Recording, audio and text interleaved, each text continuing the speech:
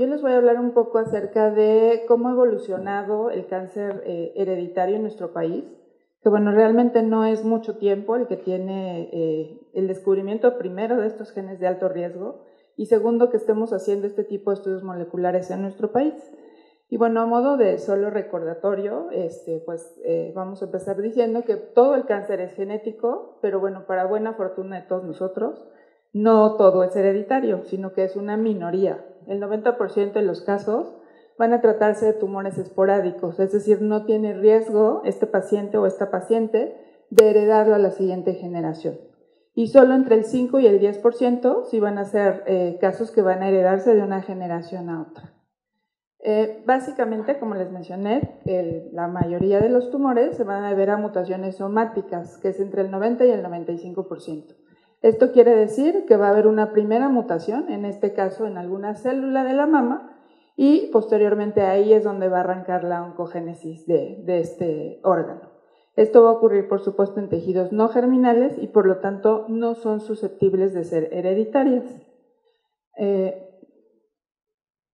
Por el contrario, aquellas mutaciones que también se llaman germinales o hereditarias, que son aproximadamente entre el 5 y el 10% de los casos, van a tener una presentación germinal en alguno de los progenitores y por lo tanto la descendencia va a tener entre un 50% de riesgo de heredar esa alteración y esto se va a ver reflejado en todas las células del individuo que haya heredado esta mutación. Entonces, todas las células de ese individuo van a estar mutadas, van a estar presentes en las células germinales, por supuesto, son susceptibles de ser hereditarias y estas son las que van a causar los síndromes de cáncer hereditario que vemos.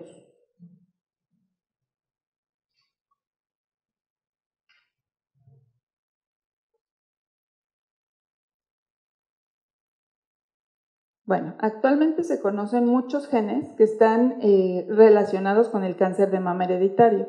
Estos genes pueden dividirse en genes de alto riesgo, genes de moderado riesgo y de bajo riesgo. Dentro de los genes de alto riesgo, los que más se conocen, los que más se han estudiado a nivel mundial, pues son los que seguramente ustedes conocen muy bien, que son los BRCA1 y BRCA2.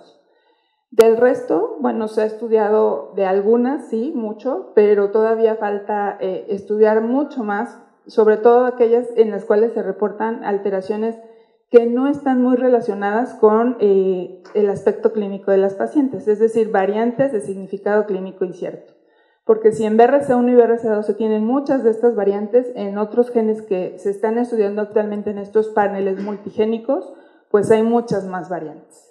Pero bueno, nuestra plática se va a enfocar básicamente en estos genes BRCA1 y BRCA2.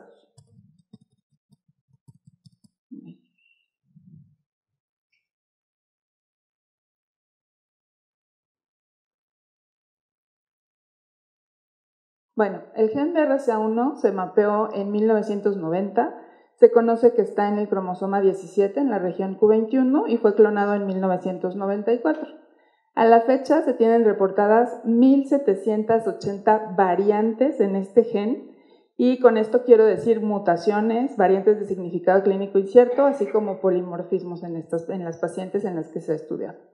BRCA2 fue clonado un año después de BRCA1 y en este se conocen aproximadamente 2.000 variantes. Entonces vean que son genes bastante grandes, muy complejos para estudiar y todavía más complejos para poder interpretar lo que los laboratorios nos dan como resultado de estos estudios moleculares.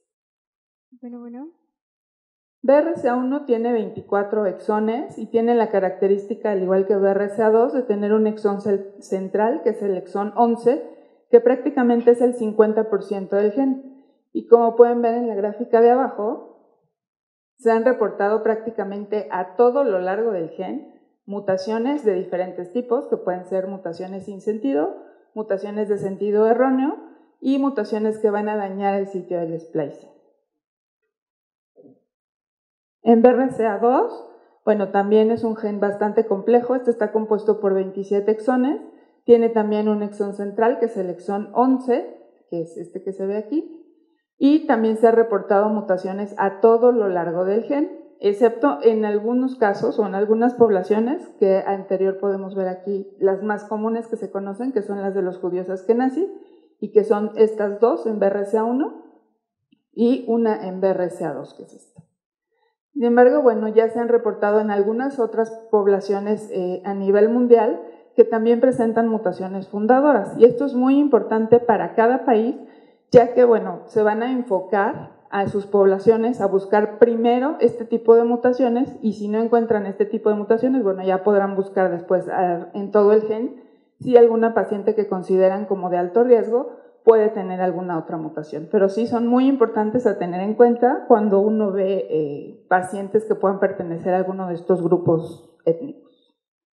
Ahora sí, pasando directamente a nuestro país, bueno, se han hecho muchos esfuerzos de diferentes grupos a nivel nacional acerca del estudio de este tipo de genes. Los primeros que empezaron a hacer estudios en BRCA1 y BRCA2 fue el grupo de Monterrey, encabezado por el doctor Hugo Barrera, y en ese momento su estudiante, el doctor Pablo Ruiz, hizo una colaboración con el doctor David Goldhart, que en ese momento era una de las personas más reconocidas para estudiar estos genes BRCA1 y BRCA2, y en este estudio, bueno, se incluyeron 51 pacientes con diagnóstico de cáncer de mama, 32 de ellas fueron pacientes que tenían menos de 35 años, y aquí encontraron una mutación en el gen BRCA1 y otra mutación en el BRCA2, representando el 6% de las mutaciones en su población estudiada. También reportaron 9 de estas variantes de significado clínico incierto, y estas pues mayoritariamente se presentaron en el gen BRCA2. Entonces, como pueden ver, fueron estas 32 pacientes que tenían un inicio temprano del cáncer, y en ellas fue donde se encontró una mutación en BRCA1 y una mutación en BRCA2. Y aquí pueden ver estas variantes de significado clínico incierto, que también encontraron una en una de estas pacientes en BRCA1 y 5 en BRCA2.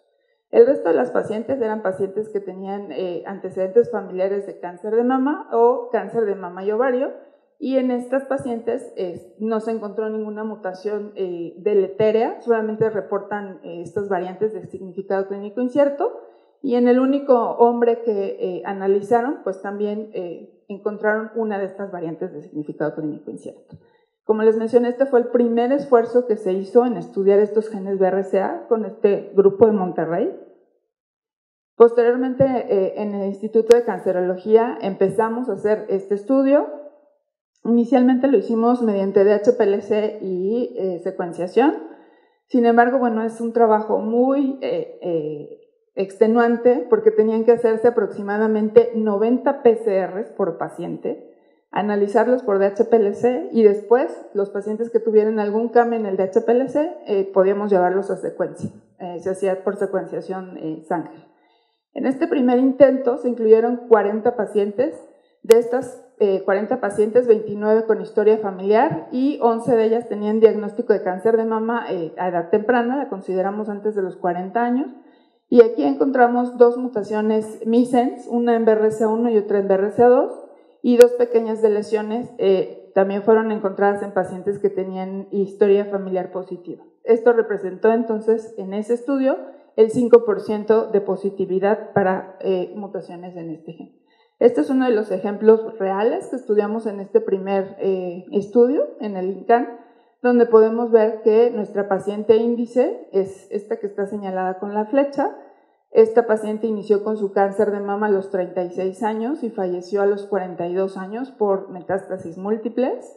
Y como antecedente, cuando llegó con nosotros a la consulta de genética, tenía esta tía con un cáncer de ovario a los 39 años y que falleció a los 41 años. Esta otra tía con cáncer de mama que inició a los 43 años y está viva, de 58 años, y a su vez esta mujer con esta hija, prima hermana de nuestra paciente, con diagnóstico de cáncer de mama a los 35 años y actualmente 41 años. Entonces, con esos antecedentes, esta paciente se incluyó al estudio molecular de los genes BRCA.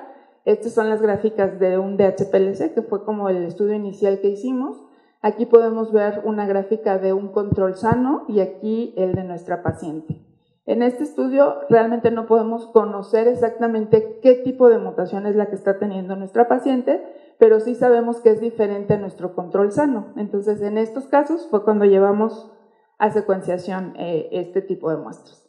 Entonces, ya en la secuenciación Sanger, lo que nos arrojó este análisis fue que esta paciente tenía una deleción de 4 bases en la posición 4182 del gen BRCA1, lo cual nos daba como resultado una proteína truncada. Posteriormente, este tipo de estudios pueden extenderse al resto de la familia que en este momento se encuentra sano o asintomático, y todos aquellos que tuvieron el asterisco son pacientes que resultaron positivos para la mutación. Como era de esperarse, el padre era un portador asintomático en ese momento por la historia familiar, ya que toda la vemos por rama paterna. En el caso de la hermana, que tenía 36 años en el momento que se hizo el diagnóstico, ella ya se realizó mastectomía reductora de riesgo y oforectomía reductora de riesgo. La hija, que es muy joven aún, está en seguimiento, tiene 18 años y en ella todavía no se ha ofrecido ningún tipo de intervención, únicamente se encuentra en seguimiento. Y en esta otra prima, donde también se detectó la mutación, se realizó mastectomía y oforectomía reductoras de riesgo. Sin embargo, en ella, cuando se hizo este tipo de cirugía, se encontró que ella tenía un cáncer de ovario. Entonces, es la importancia pues, de identificar a tiempo a estas pacientes.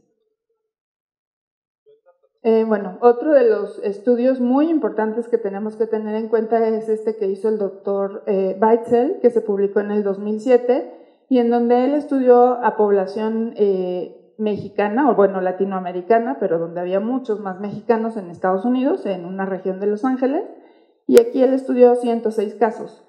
De estos 106 casos encontró que en 4 familias, que representaban casi el 4%, presentaban una deleción que no se había descrito anteriormente en población latina o mexicana, y que es una deleción de los exones 9 al 12 en el gen BRCA1. En este momento él sugirió que esta pudiera ser un efecto fundador en este gen BRCA1 para la población mexicana. Estas son las 4 familias en las cuales se describió por primera vez esta deleción de los exones 9 y 12.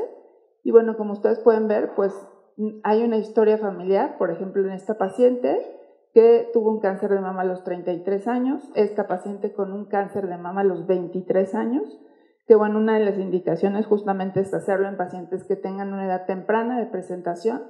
En la otra familia vemos que la paciente inició con su cáncer de mama a los 41 años, a los 35, perdón, y la seguían viendo a los 41 años.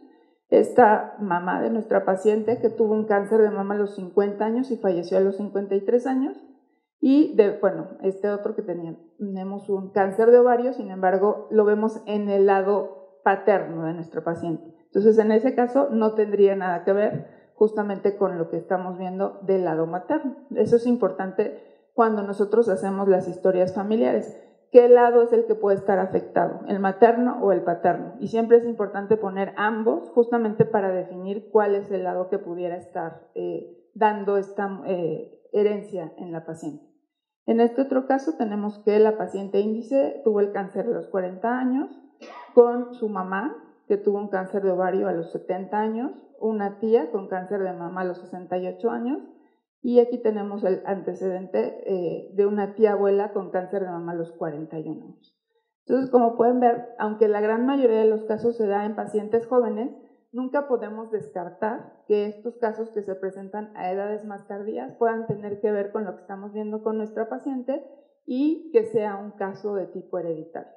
Y el otro caso, bueno, pues también fue un cáncer de mama a edad temprana, se presentó a los 40 años, y aquí sí vemos también el típico de 3 generaciones afectadas, al igual que en este otro árbol genealógico. Entonces, con esta información es cuando se hacen este tipo de estudios moleculares, y en ese artículo el doctor Beitzel ya encuentra esta mutación que es la deleción de los exones 9 y 12. Posteriormente en el INCAN adquirimos un secuenciador masivo y se inició el estudio ahora de estos genes mediante esta técnica, y en este primer intento se incluyeron 39 pacientes, de las cuales 35 tenían una historia familiar positiva, 2 varones, una que presentó un inicio temprano de la enfermedad y otra que era portadora de cáncer de mama y de ovario. Entonces tampoco es raro que en estas pacientes veamos 2 tumores o hasta 3 tumores primarios en la misma paciente y que también sea una indicación para hacer el estudio molecular. Y en este estudio se encontraron 4 mutaciones deleterias que representaron en este caso el 10% de la población estudiada y 16 de estas variantes de significado clínico incierto. De estas 11 fueron exónicas y 5 fueron intrónicas. Y bueno, esto es un ejemplo de estas familias que se estudiaron en este segundo intento con el secuenciador masivo. Y de estas, bueno, aquí tenemos a nuestra paciente índice con un cáncer de mama a los 39 años, actualmente 45 años, con el antecedente de una hermana con un cáncer de mama bilateral que inició a los 22 años, o sea, realmente es una edad muy temprana, y falleció a los 38 años. Aquí teníamos el antecedente de la mamá, que en ese momento estaba asintomática, y una hermana de la madre que había fallecido por cáncer de mama a los 58 años. Tenemos a la abuela, que aparentemente los datos que nos dieron en ese momento la paciente es que había tenido un CA de vejiga, pero en realidad ese no se pudo comprobar.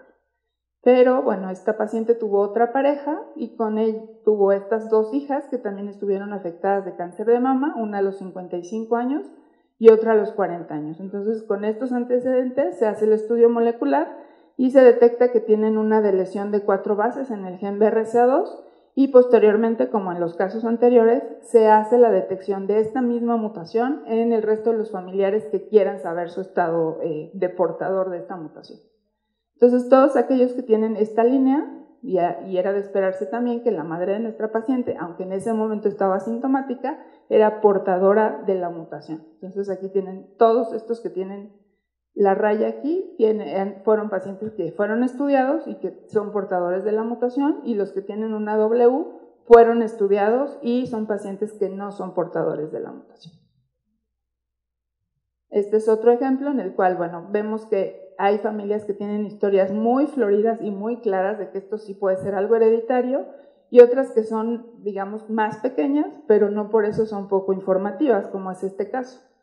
En este caso, nuestra paciente índice empezó a los 27 años con un cáncer de mama, actualmente tiene 44, y tiene el antecedente de que su madre tuvo un cáncer de mama a los 54 años, posteriormente tuvo un cáncer de colon y falleció a los 67 años. En esta familia lo que se encontró fue también una deleción de 4 bases en el gen BRCA1. Y este es el resumen de las mutaciones que se encontraron en esta segunda etapa de nuestro estudio, donde, bueno, había 3 mutaciones que no habían sido reportadas antes y una que sí ya había sido reportada anteriormente. Este es un estudio bastante reciente que en este año sacó Salud Pública en combinación con un hospital de Canadá, que es el Dr. Narod, que también es una persona muy reconocida que hace estudios en estos 2 genes de alto riesgo. En este caso estudiaron 810 casos de 12 centros hospitalarios en 3 estados de nuestro país. Se incluyeron hospitales del DF, de Monterrey y de Veracruz. Y en este caso ellos hicieron un panel inicial en el cual había 26 mutaciones que habían sido reportadas anteriormente en población latina, igual y en población mexicana. 21 de estas mutaciones estaban en BRCA1 y 5 de estas mutaciones estaban en BRCA2. Entonces solamente hicieron un panel que contenía estas 26 mutaciones. Y con ese panel ellos identificaron a 34 pacientes con mutaciones, lo que representó igual, aproximadamente lo mismo que los estudios anteriores, el 4%, y bueno, reportan que una de sus pacientes tenía 2 mutaciones deleterias en el gen BRCA2. Este sí está un poco cargado, pero bueno, esto es un resumen de sus hallazgos, en donde vemos otra vez la prevalencia de la mutación de la deleción 912, que ya había sido reportada anteriormente en población mexicana, en el exón 11, 13 y 18 de BRCA1 y otras mutaciones reportadas en el exón 10 y 11 de BRCA2. Entonces ellos cubrieron, digamos que las mutaciones más frecuentes que ya se habían visto en población mexicana. Y esta es la paciente, que está en negritas, que tuvo las 2 mutaciones en BRCA2, una en el exón 10 y otra en el exón 11. Y bueno, este es otro de los artículos más recientes que también se hizo en el Instituto Nacional de Cancerología, también en combinación con el Hospital City of Hope, que está en Los Ángeles. Y bueno, en este caso se incluyeron a 188 pacientes. Estas pacientes no se escogieron por sus antecedentes familiares, simplemente se escogieron porque tenían un diagnóstico de cáncer de mama y de ovario. 92 de ellas fueron con cáncer de ovario y 96 con cáncer de mama, y en este caso el objetivo fue probar la efectividad de otro panel que el doctor Beitzel, el City of Hope, está desarrollando justamente para nuestra población, para la población mexicana. Este panel se denominó ISPanel, y este panel va a consistir en la búsqueda de 114 mutaciones que también fueron como las más encontradas en la población que él inicialmente estudió ahí en Estados Unidos, y esta incluye por supuesto la deleción de los exones 9-2 en el gen BRCA1. En este caso, bueno, 9 de 33 pacientes con tumores triple negativo, que es el 27%, fueron portadoras de mutaciones en BRCA1, y 49 pacientes presentaron un carcinoma seroso papilar y representaron una prevalencia de mutaciones en BRCA1 del 31%, que es uno de los porcentajes más altos que se ha reportado a nivel mundial en cuanto a portadoras de mutaciones afectadas con cáncer de ovario. Y también en este trabajo ellos confirman otra vez que está apareciendo su mutación fundadora, que es la deleción de los exones 9-2 en BRCA1. Y bueno, una de las sugerencias que ellos hacen es que en este momento en nuestro país no debemos guiarnos solamente por los antecedentes familiares de nuestros pacientes, sino que deberíamos guiarnos mayormente por la edad de presentación del tumor y por el tipo de tumor que están presentando nuestras pacientes para solicitar este tipo de pruebas moleculares. Como conclusión de la plática, estas mujeres mexicanas sabemos que son genéticamente muy complejas. Tenemos una población mestiza en la cual podemos incluir, bueno, ancestría indígena, española y africana por todas las, digamos, todos los migrantes que han llegado a nuestro país, y esto dependerá mucho de la zona de la que estemos hablando. Se requieren seguramente muchos más estudios para poder hacer realmente un panel que vaya dirigido justamente a nuestra población. Van a hacerse estudios más grandes de ISPanel, de hecho ya se están corriendo para poder definir si realmente este gen va a cubrir a la mayoría de las mutaciones que están presentes en nuestra población. Y bueno, en cancerología estamos haciendo un grupo multidisciplinario para poder tratar a estas pacientes. Estos grupos multidisciplinarios tienen que empezar a crecer y a verse en otros hospitales. Básicamente son grupos que están reuniendo a los médicos de tumores de mama, a los médicos de ginecología, de psicología y obviamente también a genética, donde exponemos cada caso en particular y de acuerdo a cada uno de esos casos se decide cuál es la mejor opción para nuestras pacientes. Al final le damos a la paciente la resolución de esta sesión multidisciplinaria. Sin embargo, la paciente será la que decida qué es lo que quiere hacer, si quiere hacer un seguimiento, si quiere tomar algún tipo de medicamento o si quiere hacer algún tipo de cirugía reductora de riesgo.